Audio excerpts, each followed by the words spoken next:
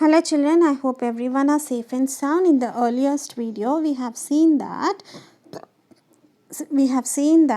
Amundsen, Roald Amundsen, he was the person who had been to both North Pole and South Pole. We have also seen that he had wrote an autobiography, My Life as an Explorer. So we'll continue reading this lesson.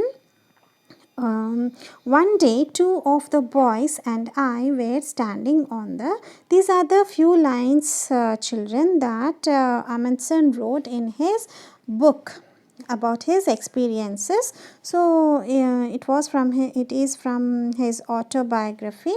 So one day, two of the boys and I were standing on the deck when one of them exclaimed, "There is a caribou!" He pointed to a small black object just on the skyline of one of the encircling hill. The other man, who had the best vision of the three, looked steadfastly at the black object for a moment and then turned to his companion and said, "That caribou walks on two legs." Sure enough, close scrutiny confirmed his quick perception that this was not a caribou but an Eskimo. Some other two-legged caribous joined the fuss until 5 figures were outlined against the sky. Then they advanced towards us in a body. I sent the two boys for their rifles, and then the three of us advanced to meet them. I was in the lead, and behind me came my little army of two. As the Eskimos neared us, we could see they were all armed with bows and arrows. This began to look like a ticklish situation. We had no way of knowing whether their intention were friendly or hostile. Certainly, they were equipped for war. However, there was nothing to do but meet them face to face. The two parties proceeded to within about 15 paces and then halted. I turned to my army and instructed them ostentatiously to throw their rifles on the ground. I then turned to the Eskimos. Their leader, seeing this pacific move, imitated it by turning to his followers and uttering a command. They obeyed by throwing their bows and arrows on the ground. I was unarmed and advanced towards them. The Eskimo leader also came out alone.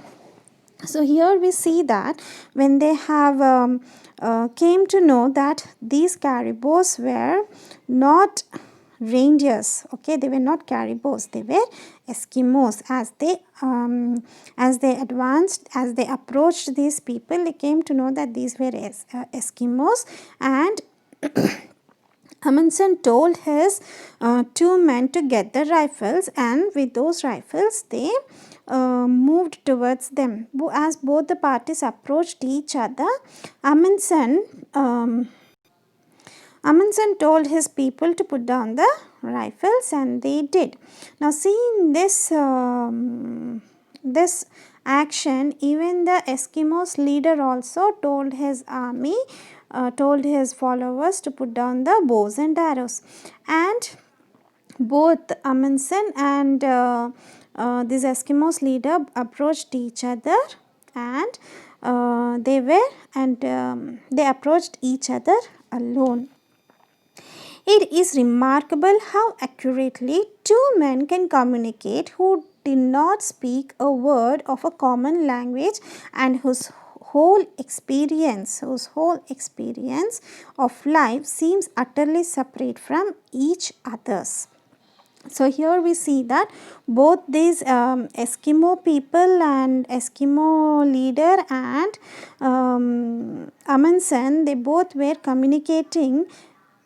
But even though they do not know each other's language, they do not speak any common language, they don't have any common language between them, but still both of them were communicating with expressions of face, nods and shakes of head.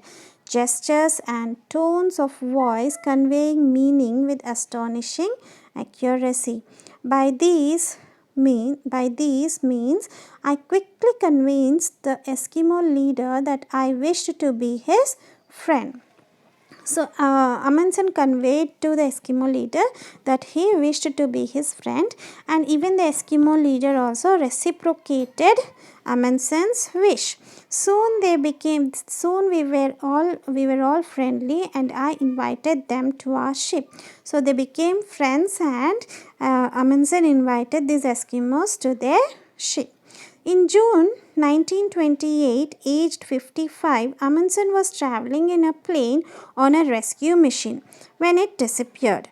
Amundsen and the rest of the crew were never seen again. So here we see that Amundsen, he was traveling in a plane on a rescue mission in 1928, and he was 55 years at that time, and his plane got disappeared and they were never seen again. He and his crew members were never seen again.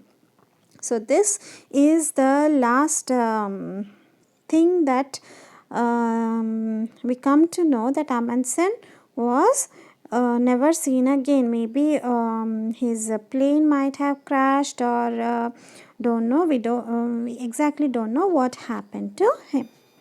So here we see few things about South Pole and North Pole. First we see about the South Pole.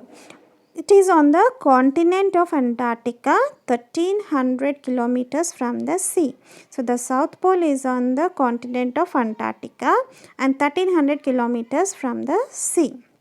The land is covered in ice and snow, 2700 meters thick. So that much thick, my God, 2700 meters thick of ice and snow is covered on the land.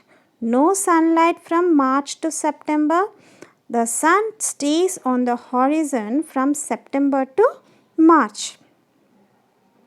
So here we see that there is no sunlight from March to September, and sun stays on the horizon from September to March. No native plants or animals. Colder than the North Pole. So South Pole is colder than North Pole. Scientists live in the US Amundsen Scott ice station all year round. Now we'll see about the North Pole.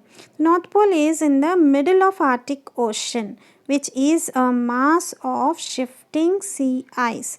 The ice cape is shrinking due to climate change. No sunlight from September to March. So the sun rises in March and sets in September. So but here we see that from March to September in the North Pole there is sun, but from September to March there is no sunlight. Seals have been spotted at the North Pole, and polar bears and Arctic foxes are sometimes seen nearby. Warmer than the South Pole, but still very cold. The nearest inhabited land is a Canadian town, 1817 kilometers away. So in the North Pole we see life here, little life. They have spotted some polar bears, Arctic foxes, and some seals also near the North Pole. And it is warmer than the South Pole, but still very cold. The nearest inhabited land is a Canadian town. It is 1817 kilometers away from South Pole. So this is the lesson. Once again read the whole lesson and you will know about South Pole and North Pole also, and